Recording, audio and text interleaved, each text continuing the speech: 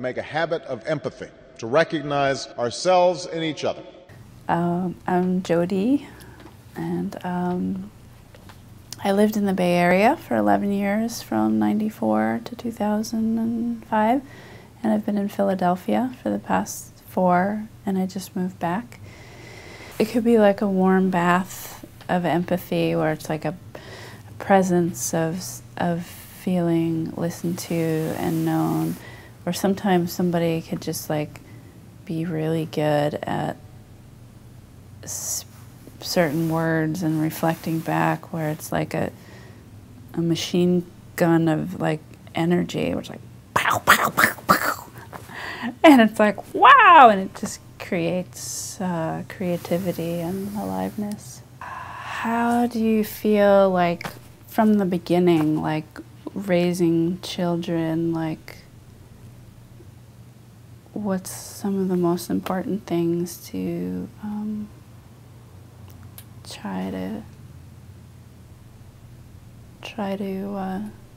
change from the way that families and structures are right now?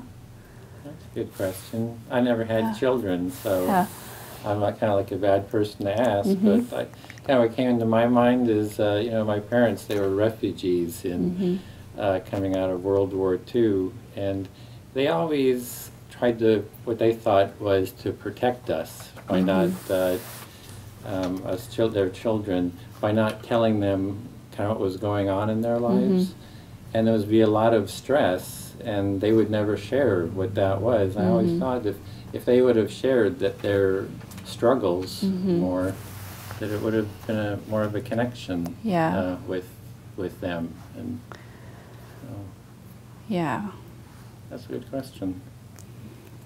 That would be nice to feel included in a family and feel like you know what's going on and can operate from that place. And why did you ask that question? Where does that come from your own family? Yeah, my own family, feeling like I would have liked to express myself, and just, you know, I probably won't have children myself, but I just really care about children and trying to be a teacher and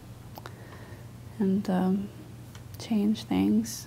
Do you feel you didn't get the empathy that you needed kind of growing up? Yeah. I did have a grandmother, though, that would just call me on the phone and be like, so, what else? What else? And that was just so lovely for me. Yeah, it's good. Did you want to answer that? Oh. You haven't had children either, huh? Or no, and but I think one of the things that comes to me is thinking about the way I don't think my family would even consider having empathy for their kids. Like it's kind of like a very top-down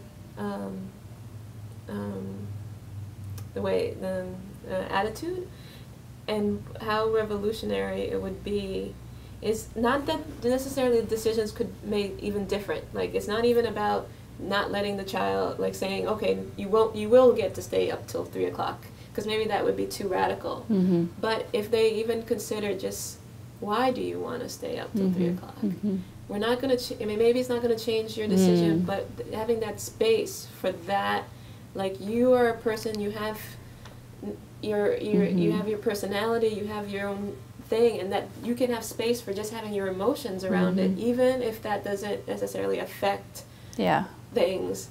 How that would be such a different way to grow up. Yeah, that sounds good, to have a balance. You don't need to get what you want, you just need to be understood. Good.